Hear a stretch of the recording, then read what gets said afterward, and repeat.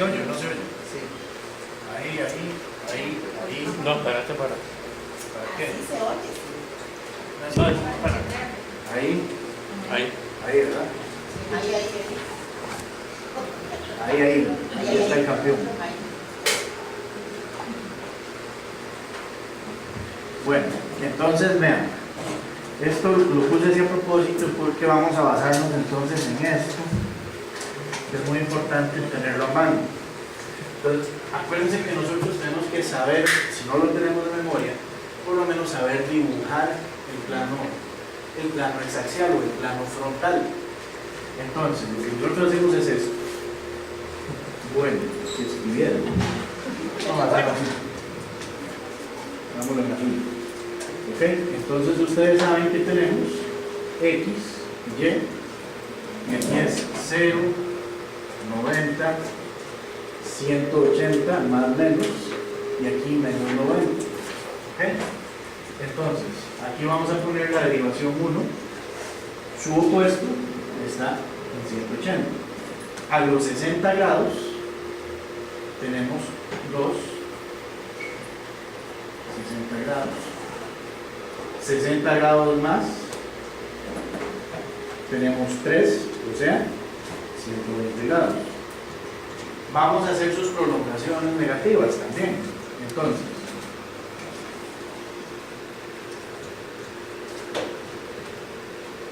esto es importante. ¿Por qué? Bueno, hagámoslo así. Primero hagamos las derivaciones. Ya ustedes saben que más o menos aquí, en menos 30 grados, tenemos Aurelio.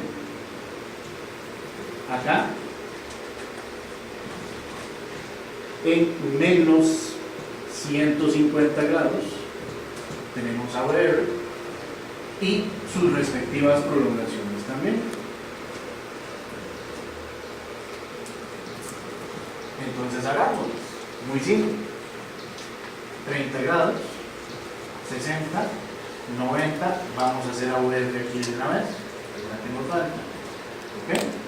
90 grados, 120, 150, menos 150, menos 120, menos 90, menos 60. Y con esto nos tenemos que ubicar. ¿Entendieron todo lo que hice ahí? Ok.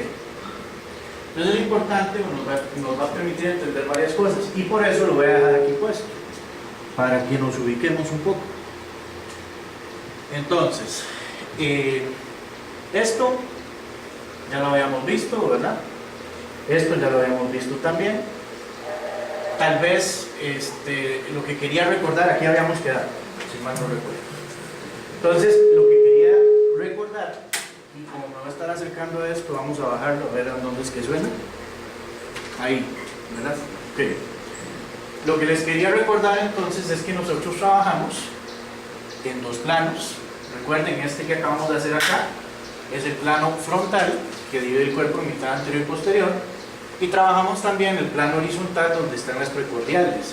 Corrijo un concepto que dije la vez pasada y lo dije Ron.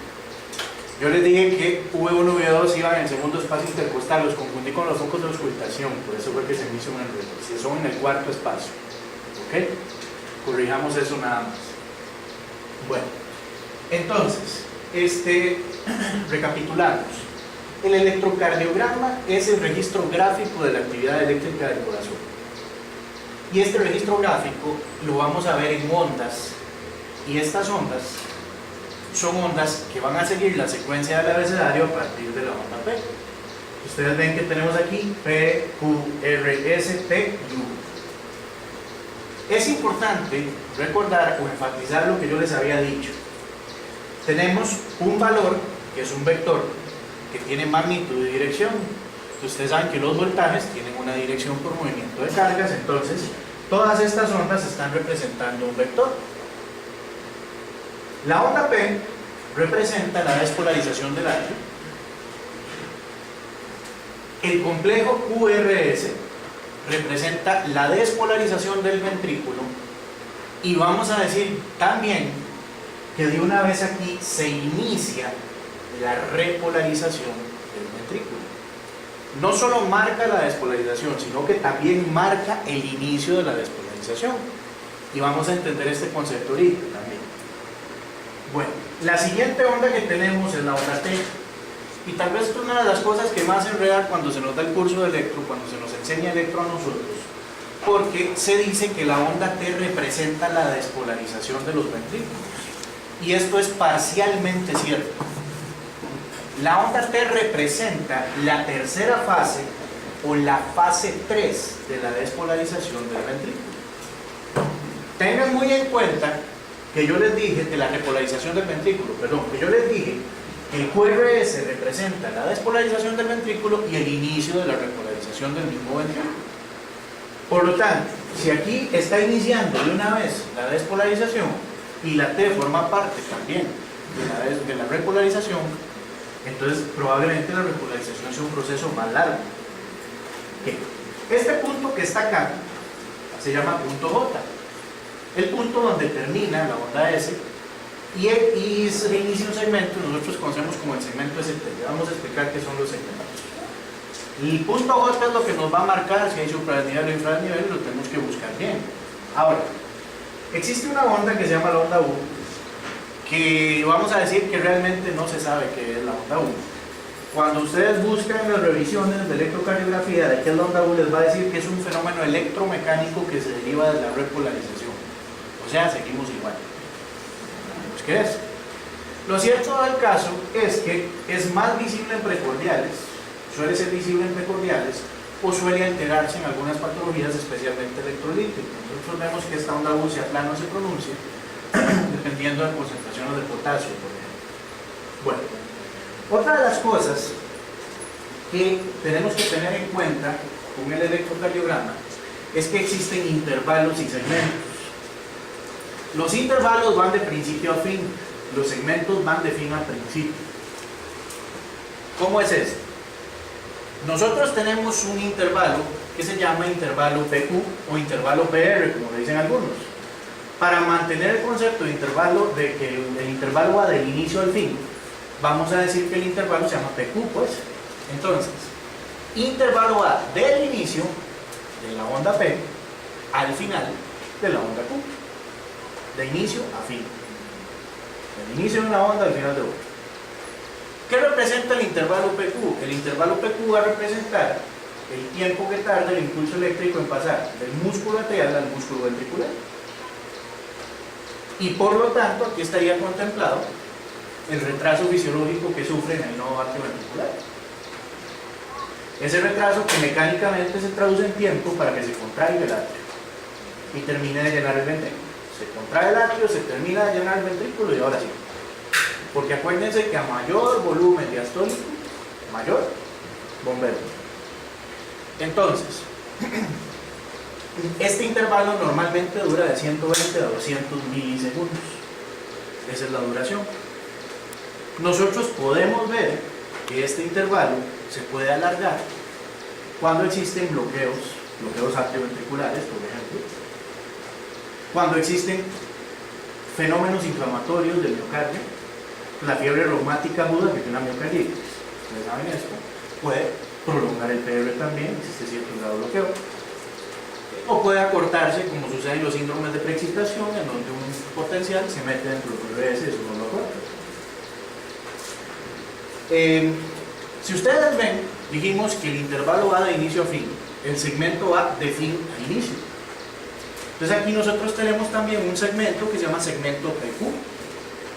El segmento PQ va del final de la onda P al inicio de la onda Q. Y el segmento PQ sirve o para marcarnos dónde está la línea eléctrica, que lo usamos mucho para eso. Sin embargo, a nosotros nos gusta usar otro segmento que es más adecuado para la línea isoeléctrica, que es el segmento TP, del final de la T al inicio de la P, que ese es el intervalo diastólico y nos marca la línea isoeléctrica, pero digamos que también podemos usar el segmento PQ. Ahora, el segmento PQ puede verse alterado. Si tenemos infartos de atrio, al igual que el ST se eleva a un infarto ventricular, el infarto de atrio nos puede elevar el segmento PQ. La miocarditis suele elevar mucho el segmento PQ. Entonces, también tiene sus anomalías, que no hay que confiar 100% en esto para líneas eléctricas. Ok. El intervalo QRS, que no es nada más que el complejo de ondas QRS del inicio de la Q al final de la S, que vamos a decir únicamente que en el adulto mayor de 16 años debe durar menos de 110 milisegundos.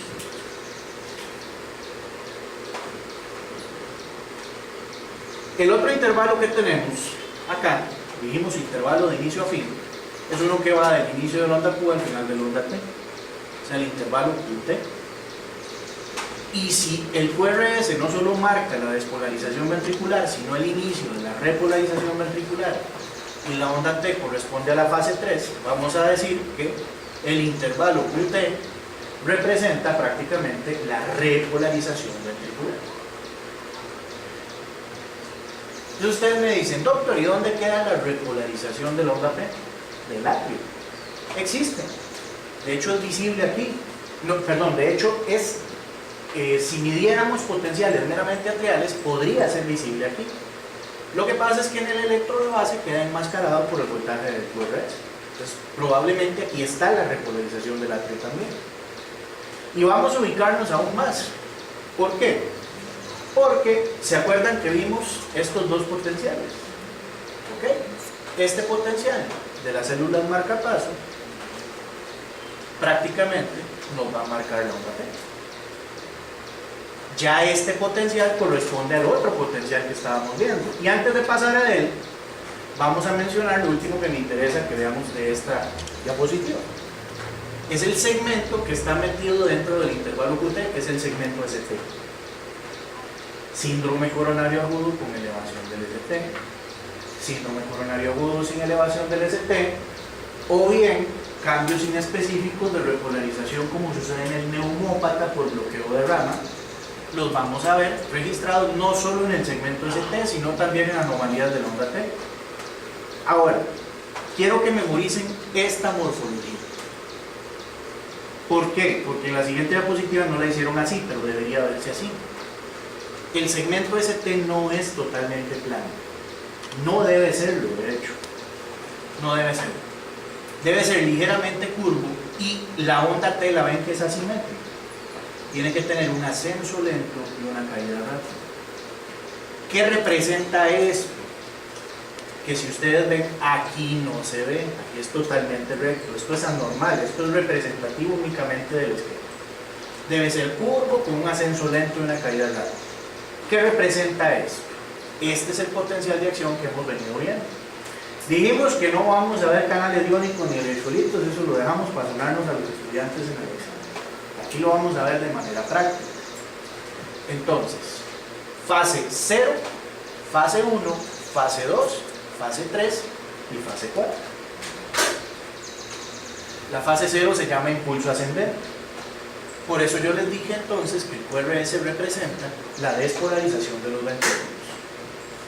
Pero ya la fase 1 recibe un nombre que es el nombre de repolarización temprana rápida. Así le dicen esos tres nombres. Algunos le dicen solo repolarización rápida, otros solo temprana, otros temprana rápida o precoz. Ustedes quieren. ¿Qué me interesa de este nombre? Que si la fase 1, cuando alcanzamos el máximo, ya se llama repolarización, es porque ya empezó la repolarización. Por lo tanto, si ustedes ven, el intervalo QT representa toda la repolarización. El segmento ST representa la siguiente fase, 0, 1, 2, la fase de MZ. ¿Y por qué no es totalmente plana? ¿Y por qué fisiológicamente no debe ser totalmente plana? Fisiológicamente no debe ser totalmente plana porque, como ustedes ven, aquí hay movimiento de iones. Si se aplanara, significaría que no hay movimiento de iones. En un miocardio aturdido por isquemia crónica, en un miocardio convertido en cicatriz por hipertrofia. Y por lo tanto, aquí nosotros no solo vamos a ver supradesnivel por cambios en los movimientos de estos iones o infradesnivel, sino que también vamos a ver cualquier cosa que altere la repolarización. Y eso es lo que nosotros conocemos como trastornos inespecíficos de la repolarización, que puede ser cualquier cosa. Si ustedes recuerdan, los bloqueos de rama tienden a tener más bien infradesnivel e inversión de ondas T. Eso es un trastorno inespecífico de repolarización. Muy probablemente porque se enlentece el flujo de iones a través de un miocardio que está cicatrizado y que impide que pase el flujo eléctrico, que es, al final, movimiento de iones. Entonces, un paciente que tiene un EPOC con crecimiento de cámaras derechas, ese crecimiento de cámaras derechas reemplaza ese miocardio por fibrosis, genera un bloqueo parcial o completo de rama derecha, se va a acompañar de su trastorno inespecífico de repolarización, infradesnivel del ST e inversión de la onda T, por ejemplo. Ok. La fase 3. La fase 3 recibe el nombre de repolarización, así como suena, solita. Es por eso que siempre se nos dice en los cursos de electro que la onda T representa la repolarización. No es toda la repolarización, es la fase 3 que se llama repolarización. Porque toda la repolarización está representada en el intervalo QT. ¿Vamos claros aquí? ¿Sí? Ok. Entonces seguimos por acá. Ahora bien, siempre tenemos que tener un orden a la hora de analizar un electro. Ese orden a la hora de analizar el electro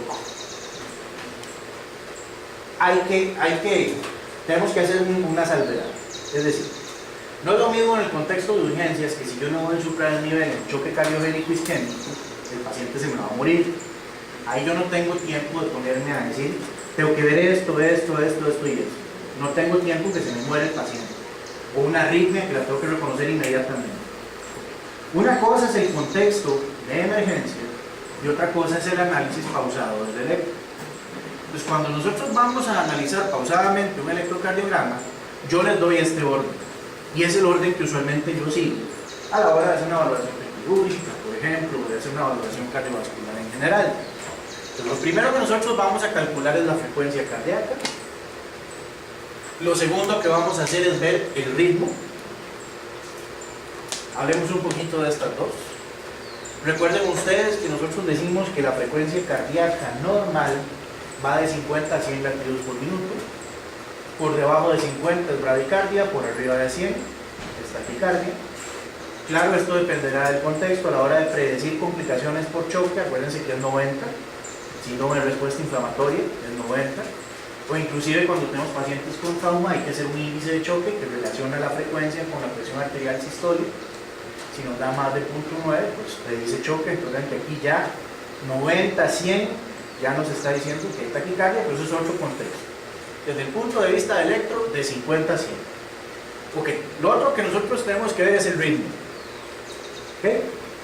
El ritmo, dos cosas también. O es regular o es irregular.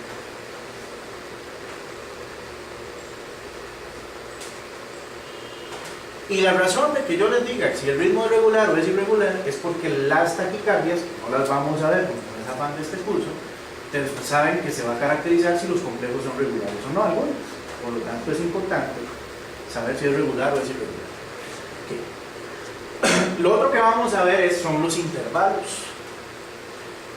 No mencionamos aquí, salvo la duración del intervalo PR, no les dije que el intervalo QT varía en hombres y mujeres, y no solo eso, varía según frecuencia cardíaca. Hay que corregirlo también con una fórmula que se llama fórmula de Basset, pero no nos metamos en eso. Nada más vamos a decir que el intervalo QT en mujeres debe ser menor a 460 milisegundos y en hombres debe ser menor a 450 milisegundos. El eje cardíaco, ya vamos a ver cómo sacamos el eje cardíaco, pero vamos a decir primero que el eje cardíaco solo lo vamos a sacar por las derivaciones del plano frontal. O sea, nadie se va a poner a ver V1, V2, V3, V4, V5, V6 para sacar el eje cardíaco.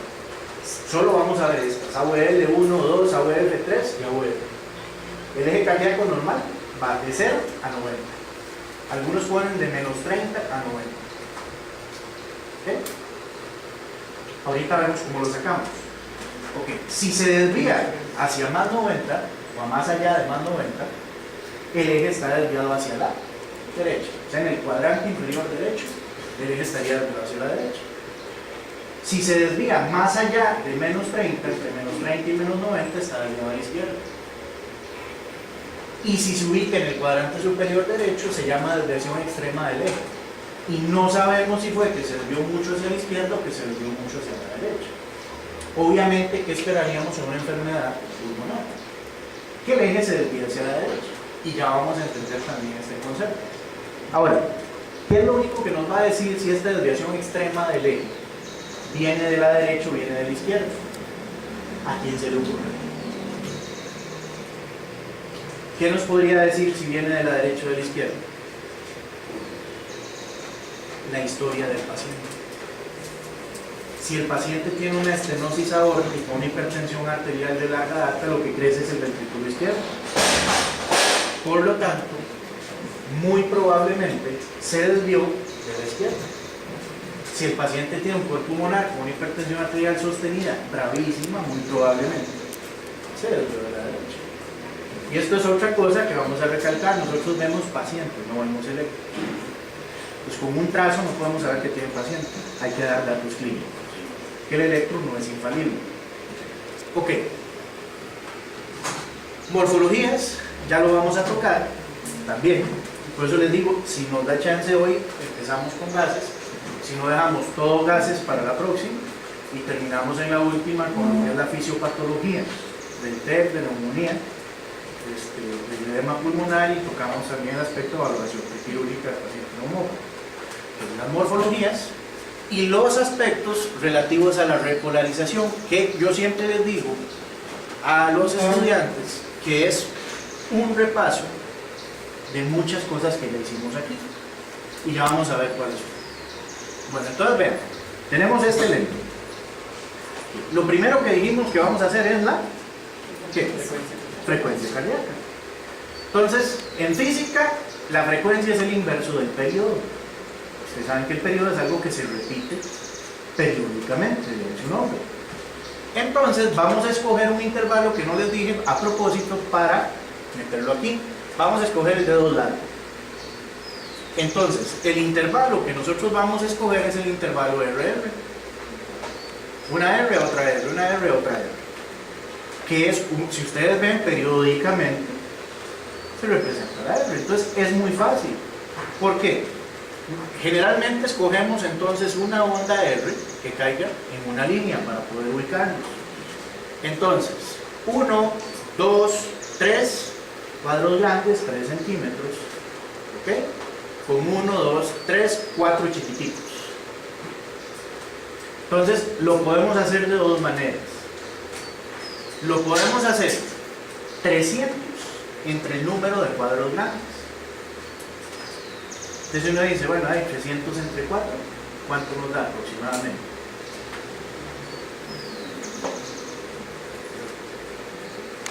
¿7,5? ¿Sí?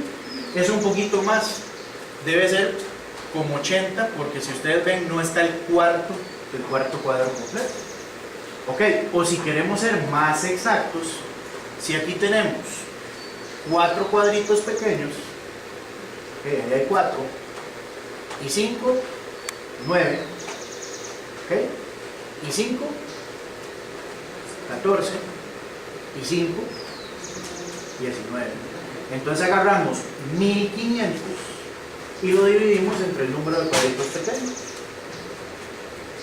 Entonces ahora sí, ¿cuántos 1500 entre 19? Alguien ahí que con el teléfono, los teléfonos brutos. ¿Perdón? El lóbulo accesorio, ¿sí? 1500 entre 19. 78. ¿Ven? Más exacto. Entonces la frecuencia es 78. ¿Tiene taquicardia? No. ¿Tiene bradicardia? No. Perfecto. Ok. Lo otro que nosotros vamos a ver es si el ritmo es regular. ¿Y cómo lo hacemos? Igual con el intervalo RR. Entonces, si ustedes ven, cada 3 cuadros y un poquito se está repitiendo. Ahora, vamos a ubicarnos aquí. Ustedes me dicen, por ejemplo en este, doctor, es irregular. ¿Por qué? Porque todo viene 3 cuadros y un poquito, y resulta que este complejo son 3 nada más, es más rápido. Entonces, uno dice, sí, es irregular. De acuerdo, pero vamos a escoger dónde está en la mayoría. Si nosotros tiramos una hoja de papel y marcamos 2, 3 y lo vamos moviendo, las marcas, todas las marcas van a calzar en las R's, excepto en este punto, en donde hay 3, y más adelante por aquí, vean que ya otra vez volvemos a 3 y un poquito, y más adelante por aquí eso se va a repetir. ¿Con qué coincide? Con la inspiración, la respiración. Eso se llama arritmia sinusal y es fisiológica. Por lo tanto, vamos a decir que es regular este ritmo.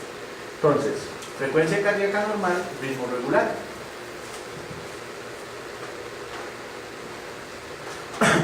¿Qué sigue ahora? Intervalos. Y dijimos eje cardíaco, ¿verdad? De hecho, si ustedes ven, aquí les puse el eje. Ven, eje normal, de menos 30 a 90. Si está para acá, está arriba a la derecha, si está para acá, está arriba a la izquierda, aquí una dirección extrema. Entonces, empecemos con el eje. ¿Cómo vamos a sacar el eje? Okay. En la clase pasada y hoy iniciamos siendo claros en que el electro representa vectores medios.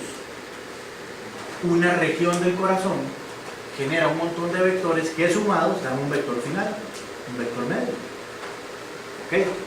¿Cuál es el eje del corazón? Los vectores medios de los ventrículos. Entonces vamos a buscar la onda R. La derivación en el plano frontal, solo derivaciones del plano frontal.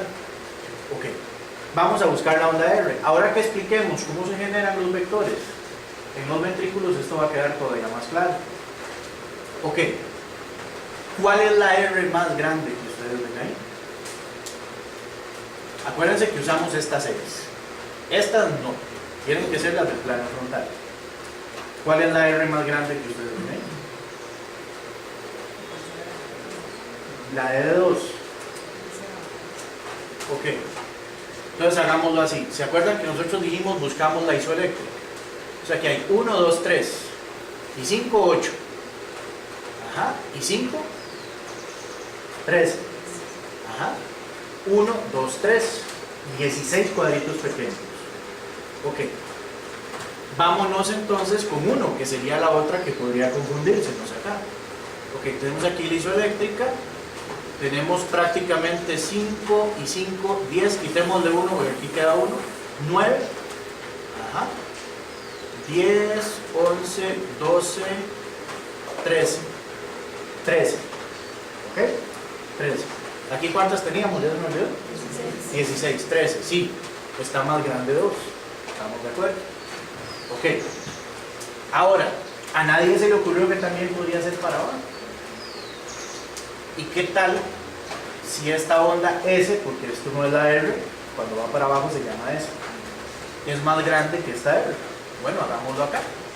Entonces tenemos 1, 2, 3 acá, 8, ajá, 13, 10, 13, 14, 15, 14 y 15, porque aquí hay 3, sí, sigue siendo más pequeña el ganador. ¿Ok? Entonces nos vamos para acá. 2 está en qué? ¿Eh? Entonces muy bien, pero uno dice, 2 está positivo o está negativo. Está positivo. Cuando un vector se dirige a un electrodo, ¿cómo se ve? Positivo, entonces se dirige hacia el electrodo. O sea, más hacia allá. ¿Entendemos eso? Ok, ¿qué hubiera pasado si la S de AUR es más grande? Entonces uno dice, sí, está en AUR. Entonces uno dice, ¿está positiva o está negativa? Negativa, por lo tanto se aleja del vector. Entonces no va a estar ubicado en menos 150, va a estar ubicado en su opuesto, en 30. ¿Entendemos ese concepto también? Ok, cuando el vector se dirige al electrodo lo ve positivo. Entonces, aquí vemos la R positiva 2, por lo tanto va hacia 60. Ahora, en el hipotético caso de que hubiese sido esta, entonces uno dice, está en AUR, sí, en AUR. Ahora, ¿está positiva? No, entonces no va hacia el electrodo, se aleja. Entonces en vez de ir hacia menos 150 va hacia 30. ¿Quién no? Vamos. Ok. Ahora, hay otra forma de hacerlo. Hay otra forma de hacerlo. Nosotros dijimos que si va al electrodo, y pongamos el ejemplo de 2, que es donde está, si va hacia 2 lo ve positivo, si va hacia 120 lo ve negativo. ¿Estamos? Entonces, ahora, si incidía en la perpendicular, ¿quién forma un ángulo de 90 con 2? AVL. Esta. Pues aquí está 2 y aquí está AVL. ¿Recuerdan eso? Entonces nosotros dijimos, si está para acá, lo que está para acá lo ve positivo. Máxima positividad en 60. Si se va haciendo para acá, se va haciendo cada vez más pequeño, más pequeño, más pequeño, y si incide perpendicularmente, lo va neutro. Si va para acá, se empieza a hacer cada vez más grande, pero negativo, en la gramesa. ¿Ok? Entonces, aquí, aquí. Ahora, ¿qué hacemos si nos queda la duda? Buscamos la derivación más neutra. Buscamos la derivación más neutra. ¿Cuál sería aquí la derivación más neutra?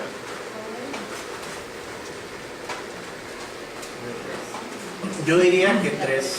Yo diría que 3. ¿Verdad? Ok. Y esto nos va a dar una pequeña... No nos va a dar una pequeña... Bueno, sí, pero vean. Entonces 3. Entonces nosotros decimos, la perpendicular es 3. ¿Sí? ¿Quién forma un ángulo de 90 con 3? AVR. Entonces la derivación, donde estaría el eje es AVR. ¿Y cómo está AVR? ¿Positiva o negativa? Negativa, entonces no va hacia AVR, se deja ver. Las dos en que teníamos duda. Ahora, sí puede ser que sea AVR. ¿Por qué? Porque acuérdense que aquí no estamos viendo bien los puntitos por la proyección. Veámoslo a ver. Hagámoslo diferente. Y hacemos el desempate. Ok, ahora sí, ¿verdad? Como que sí. Entonces, tenemos 1, 2 y 5, 7, 8, 9, 10, 11, 12, 13, 14. Ok, vamos para acá. 5 y 5, 10, 13 y 2, 14. Están iguales. Están iguales. Por lo tanto, la única manera de hacer el desempate es buscando la más neutra. Entonces, probablemente el eje sí esté enfrente. ¿Me entendieron? O sea, hubo una confusión porque no pudimos contar bien los cuadritos ahora que lo hicimos. Pues ya haciéndolo más grande se pudo.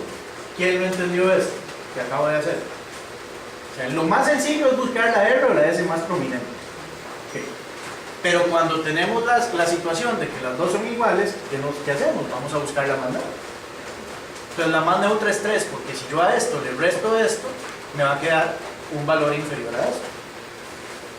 Aquí no tengo prácticamente nada que restarle. Aquí hay que restarle a 1, 2, 3, a 4, medio cuadrito. O sea, prácticamente quedan los 4 cuadritos. Aquí quedan menos de 4 cuadritos. Por lo tanto, la más neutra es 3. ¿Pero por qué lo compara con el ¿Por qué lo comparé con AVR? Porque es la R que nos deja la duda. Ya. Es decir, las dos miden 14. Ahora, ¿cómo saben en cuál estoy? Entonces, la única manera de saber en cuál estoy es buscando la más neutra.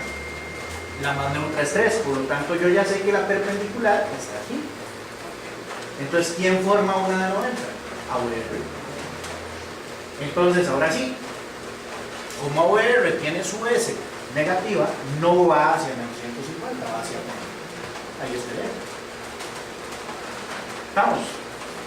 Muy bien. Intervalos. Bueno, hagámoslo como lo estamos haciendo. Busquemos 2 para que nos quede más sencillo de hacer. Entonces, nosotros dijimos que el intervalo PQ debe medir entre 120 y 200. Entonces tenemos acá 1, 2, 3 y 4, pero casi que aquí está la Q, ¿verdad? Por lo tanto, medio cuadrito. Entonces, ok, 3 por 4, 12, 120 milisegundos. más medio cuadrito chiquitico, 140. Por lo tanto, está entre 120 y 200. Sí, ese PQ es normal. Y dijimos QRS tiene que medir menos de 110. 1 y 1 prácticamente, ¿verdad? 40 milisegundos. Póngale un poquito más, 60. ¿Ok? Mide menos de 120. De 110, perdón. Sí, mide menos de 110. Ok. Ahora intervalo QT. Aquí tenemos, bueno, medio cuadrito. Pongámosle ahí 5, 6, 7, 8. 8 por 4, 32. Entonces 320 más 20 de este medio que no contamos ahí. ¿Okay? Menos de 450 o 460, ¿verdad? Si es hombre o mujer. Entonces, ¿cómo están los intervalos? Normales. ¿Okay? Vamos a dejar la morfología ahí y vamos a tocar los aspectos de la repolarización también ahorita, después de entender un poquito acá. Vamos para acá. Bueno, ahora, aquí es muy importante que nosotros recordemos los planos, porque aquí es donde nosotros vamos a hablar de la morfología de las ondas. ¿Qué es la morfología de las ondas? Saber si la onda P, si el QRS es normal. Esa es la parte en donde nosotros nos referimos a morfologías de las ondas. Entonces ya vimos frecuencia, ritmo, intervalos y cómo sacar el eje. Y ahora vamos a ver las morfologías de las ondas. Recuerden ustedes que nosotros tenemos entonces un plano frontal. Ese plano frontal divide el cuerpo en mitad anterior y posterior. Tiene ejes X y Y. Es este que está aquí. Por lo tanto, el cuerpo en el plano frontal se nos va a dar dos cuadrantes, digamos así, 4 cuadrantes, pero vamos a hacerlo en dos. Derecha, izquierda, arriba y abajo. Entonces tenemos cuadrante superior derecho, superior izquierdo, inferior izquierdo. Entonces, arriba, abajo, derecha, izquierda. Es el plano frontal. Ahora, el plano horizontal es en el eje Z. Entonces tenemos el eje Z, atravesaría el cuerpo en esta dirección que lo estoy haciendo. Por lo tanto, comparte con el plano frontal derecha e izquierda. ¿Okay? Lo comparte también. Y el eje X. Entonces lo que no comparte es que divide el cuerpo en anterior, que divide el plano en anterior y posterior. Vamos, entonces tenemos anterior izquierdo, anterior derecho, posterior izquierdo, posterior derecho. ¿Estamos claros ahí? ¿Ok? Entonces, tiene su lógica decir que la onda P se va a generar por un vector medio que va a resultar de la suma del vector que va a generar el atrio derecho y del vector que va a generar el atrio izquierdo. Entonces, ¿por qué es importante que tengamos los planos muy frescos? Porque si tenemos los planos muy frescos, vamos a ver que hay que hacer un poquito de esfuerzo mental en memorizar unas cositas, y una vez que son memorizadas, el electro no es de memoria, el electro es de entender, ya sale muy fácil. Entonces, por ejemplo, nosotros vamos a decir que el atrio derecho genera un vector que va hacia abajo, hacia adelante y hacia la derecha. ¿Sí? Un vector que hace eso. Abajo, adelante y derecha. Entonces, ustedes me dirán, ¿eso no se puede entender diferente? Sí, claro, se puede entender diferente. Yo les puedo decir que el vector del atrio derecho va en el plano frontal hacia la derecha y hacia abajo, y en el plano horizontal hacia la derecha y adelante. Pero vean que dije dos veces derecha, entonces es más fácil decir hacia la derecha, hacia abajo y hacia adelante. Estoy mezclando los dos planos. Hace eso. Derecha, abajo y adelante. Hace eso. Entonces vean qué interesante, porque si aquí está V1 acá y el vector hace esto, ¿a dónde le va a incidir el vector del atrio derecho? En el V1, ¿no? ¿Qué? ¿Ves? Vamos. Ahora, resulta que termina este vector y hacemos la suma del vector. Uno para acá, otro eje.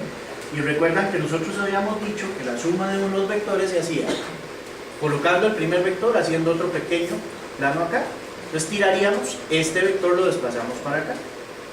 Viene el vector del atrio izquierdo. El vector del atrio izquierdo se dirige hacia abajo, hacia la izquierda y hacia atrás.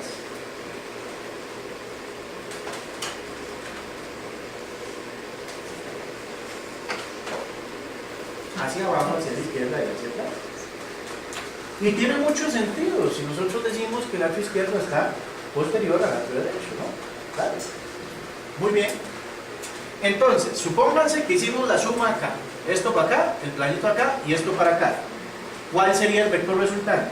El que va del inicio del primero al final del último. Por lo tanto, aquí está. Este es el vector P. Y este vector P es el vector medio que el electro lo va a registrar como la onda P. Este vector se dirige hacia abajo, adelante y a la izquierda. ¿Estamos entendiendo esto? El que no lo comprenda me puede detener en cualquier momento. Yo sé que están grabando y que es internacional y todo, no importa. La idea es que puede ser informal, no hay problema. ¿Okay? Entonces, hacia abajo, adelante y a la izquierda. Hace esto. Entonces, vean qué interesante. Este vector medio, este vector P, no es más que el eje de P. Entonces, nunca nadie se pregunta, ¿y el eje de P? No, porque todo el mundo ve el eje cardíaco. Entonces, ya saben ustedes por dónde va el eje cardíaco. Esto es para los atrios, o el eje de los atrios. Y el eje cardíaco es de los ventrículos. Entonces, si ustedes ven, más o menos, el eje de P anda acá, un poquito antes de 60, porque pónganlo en 50. Entonces, ¿qué sucede si el atrio derecho crece con el eje de P? ¡Ay! El eje de P empieza a desplazarse. Entonces, uno de los hallazgos en enfermedad pulmonar es ver cómo el eje de P, el eje de los atrios, se desplaza hacia la derecha. Ok. La primera mitad corresponde a el atrio derecho. Entonces nosotros decimos, las anomalías en amplitud, o sea en altura, nos traducen trastornos del atrio derecho. La segunda mitad del vector corresponde al atrio izquierdo.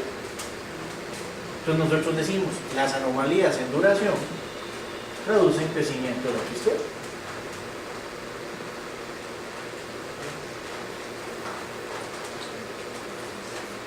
De igual manera, vean qué interesante, podemos hacer varias analogías aquí. Por eso, esta es la ventaja de entender el electro, no de memorizarlo. Si yo me memorizo que la onda P debe medir menos de 2.5 milímetros y durar menos de 120 milisegundos, me quedé ahí y no pude sacar más cosas. O sea, si yo sé que el vector P hace esto, ¿qué sucede si el nodo AB toma el control del corazón? Y más bien devuelve el vector para despolarizar los atrios. No voy a ver la onda P positiva, la voy a ver negativa porque es una dirección opuesta. O si la onda P se genera en otras zonas del músculo atrial, que no es el nodo sinusal. Empiezo a tener P de diferentes morfologías, como sucede en el AFA o la taquicardia atrial bifocal. ¿Ok? Entonces es importante también entender, porque entonces uno puede ir sacando varias cosas. Bueno, por lo tanto entonces, la primera mitad puede reflejar anomalías que comprometen el atrio derecho en un homópatas. Bueno, no necesariamente los homópatas. Una estenosis tricuspidia, por ejemplo, una estenosis pulmonar. Bueno. Ahora bien, normalmente nosotros los atrios los vamos a valorar en dos derivaciones. Esto no quiere decir que no se puedan valorar en otras derivaciones, pero las derivaciones que nosotros buscamos para valorar los atrios son D2 y V1. Noten que si nosotros dijimos que P anda más o menos aquí, entre 45 y 50, ¿Cuál va a ser la única derivación que va a negativo P? Porque P va para la izquierda o R va para la derecha. ¿Ok? Eso por ese lado. Entonces, ¿cómo está la P en la OR? Negativo. La otra derivación que podría haber P negativa es V1, ¿no? ¿Por qué? Porque V1 está a la derecha y P va hacia la izquierda. Entonces, veanlo acá. Nosotros decimos, bien, aquí es mejor hacerlo así, vamos a agrandar, que la P normal debe medir en amplitud menos de 2.5 milímetros. Aquí está midiendo únicamente 1 milímetro un poquito, o sea, mide menos de 2.5. Y en duración debe durar menos de 120 milisegundos. Aquí está durando 40 y medio. O sea, está durando 60 milisegundos. O sea, esa P está normal. Ahora vámonos a V1. Uno diría, sí, V1 está a la derecha, por lo tanto deberíamos ver esa P negativa en V1. Ese es del plano frontal, del plano horizontal, es una P cordial. Entonces, vámonos para acá. ¿Qué les parece? Vean qué vacilón. Vean esta P, una deflexión positiva y una deflexión negativa. ¿Qué les parece esa P?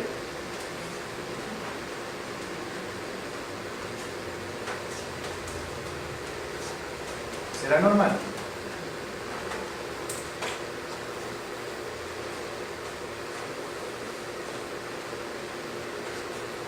V1 está a la derecha. ¿Ok? V1 está a la derecha.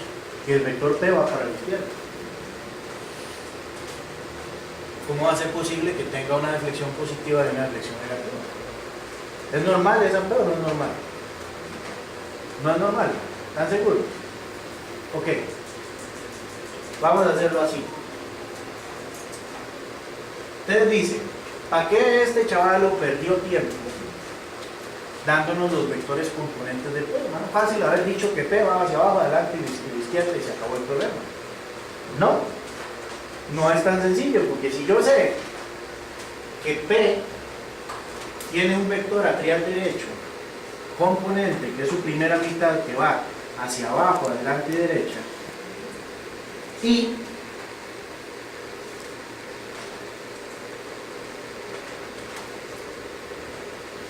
V1 se ubica aquí, este es P, este es P, si uno dice, bueno, P va para la izquierda, V1 está a la derecha, negativo, entonces no, un momento, recuerden que el vector del atrio derecho incide directamente en V1. Entonces, V1 va a tener que reflejar esa deflexión positiva. Entonces, la deflexión positiva es el primer vector.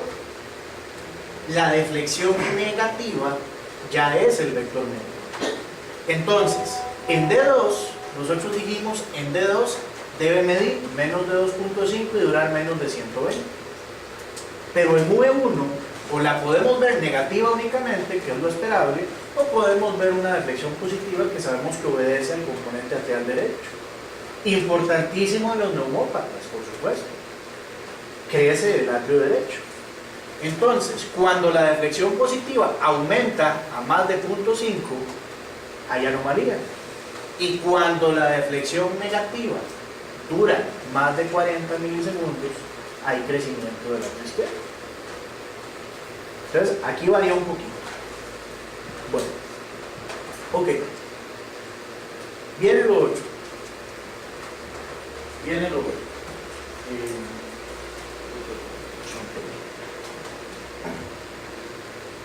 Viene lo otro.